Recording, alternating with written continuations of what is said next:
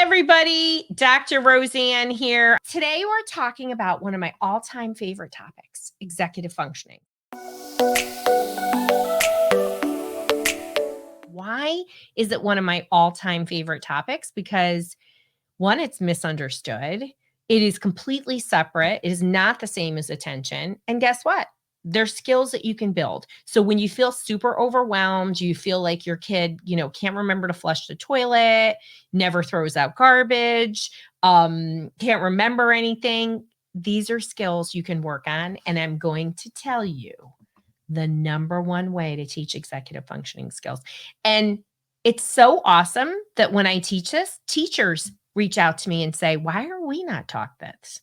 I don't know, my friend, but we're going to talk about it today. So let's first get a better understanding of what executive functioning is. If you haven't heard me talk about executive functioning, I've got great webinars on it. There's other podcast episodes, but really simply, what is executive functioning? So it is, first of all, executive functioning is housed in this frontal lobes. We might have heard of the frontal lobes. It's an important part of our brain. It sets us apart from apes and other animals. But executive functioning, most simply, what is its role in everyday life? It is the job manager. So it is this part of the frontal lobe that interacts with every other part of the brain and bosses it around and says, hey, we have an amazing team, and Megan and I actually are completely learning disabled in the same exact way in math. So when I explain things to her, I'm like, you understand me, right? So when I have to do math, I have to really use my executive functioning skills, which are very developed, but I have to be very organized. I can't just jump into math in the same way that I would, I'm writing my next book. It's super easy for me, right? And I use executive functioning, but it is that part that organizes all the different parts. So it says, let's talk about Dr. Rowe writing her book. So what am I going to do with good executive functioning? And when I'm writing a book, what's the first step I'm going to do?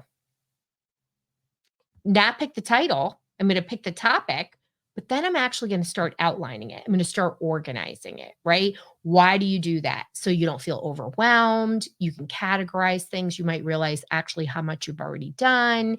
It gets you thinking, gets you exploring. So it tells you what you need to do. It helps you to prepare.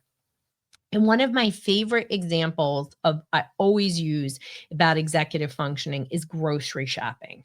So those of us who have good executive functioning, we think about it in terms of what are we going to actually create? What's our end product?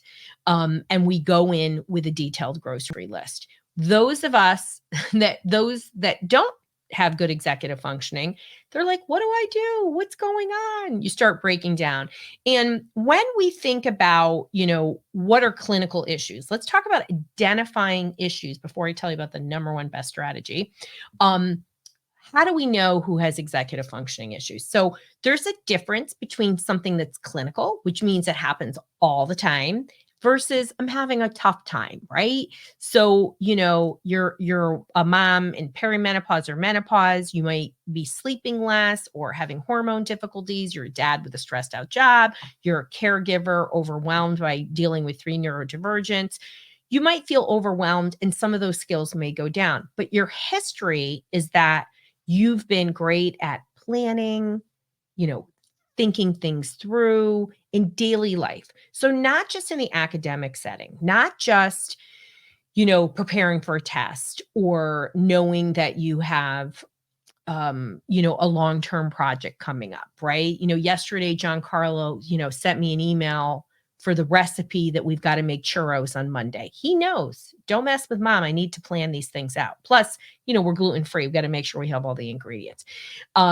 He's got really good executive functioning skills, particularly even just for a dyslexic, but for anybody, he's got great over the top executive functioning skills. And actually he's more advanced than I am. And he likes to let me know that mom forgets things, which I don't, not too often.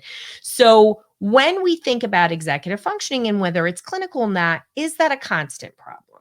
Is it pervasive? And is it interfering with are, is it helping or not, right? So when it's a problem, what are we going to do about it, right? So identifying it is the first step, right? And how is executive functioning different from attention? Let me just tell you that attention is the first prerequisite of all learning. So that means that you are focused or not. Are you alerting to when your mother asked you to empty the dishwasher?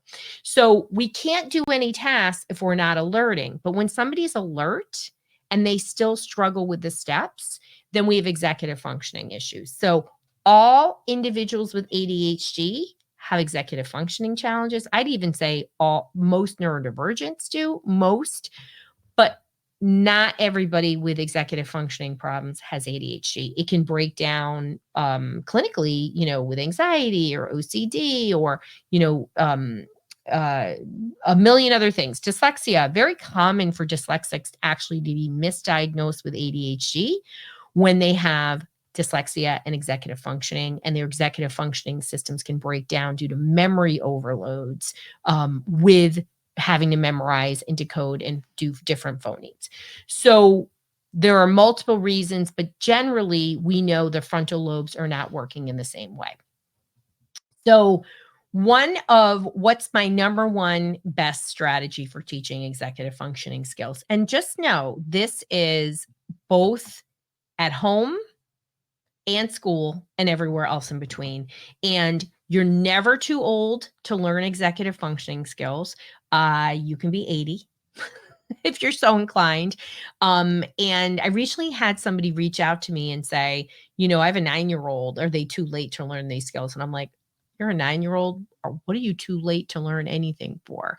So these are skills. So my number one best strategy for teaching executive functioning skills is teaching with the end result in mind. And that's future thinking, future planning, but you have to start with the end result. So if you're a neurotypical and you have good executive functioning, or you're a neurodivergent and you have good executive functioning, you may be saying, well, of course, Roseann, of course you're thinking about the end product. Of course you're thinking about those churros that we're going to be making on Monday, which I didn't order the stuff. John Carl's going to tell me I forgot, which I did.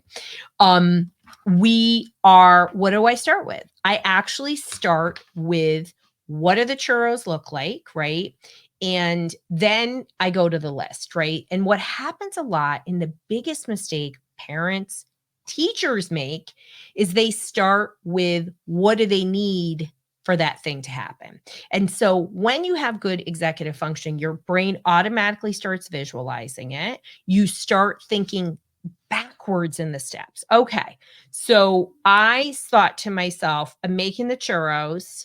I actually visualized my pantry and my Lazy Susan, which those are the two places where all of those items are. And the next step I actually did was ask John Carlo, like, do you use visually descriptive words? You also try to be physical in doing things if you really want to cement it. Do you see it in the pantry? And I'm talking we're in the car. Like we're not even at home. And he's like, Mom, I'm seeing 4 bags of gluten-free flour, but I'm not sure if it's the nut-free because we got a nut, no nuts at school. So he's starting to activate. I don't even tell him to do anything. And when he gets home, he actually checks the pantry and he automatically starts looking through it. And he was like, nope, we need a rice flour and we need this and whatnot. So he then started to work the list. We had to visualize what it was. He talked about the steps. How are we going to do this? How are we going to do that? How are we going to do that? So, and again, that final endpoint is actually the list. And in most of the time in schools, we start with a list And you're like, I've got the list, I've got the list. But the kids have no anchor. They don't see what that end result is like. And I know you may be saying to me, how do they not know what an empty dishwasher looks like? Well, just because you are good at something doesn't mean your kid is. I mean, they might blow you away in a lot of other things, right? I love when my kids do things way better than I do. And then I don't have to even attempt it anymore. It's the exciting thing about having older kids. So you're going to start with that end result. You're going to use visually descriptive language. What does it look like? And if possible, gesture, say, like, oh, I'm seeing the pantry. Are you seeing the pantry? And that when you start talking like this, your kids talk like this.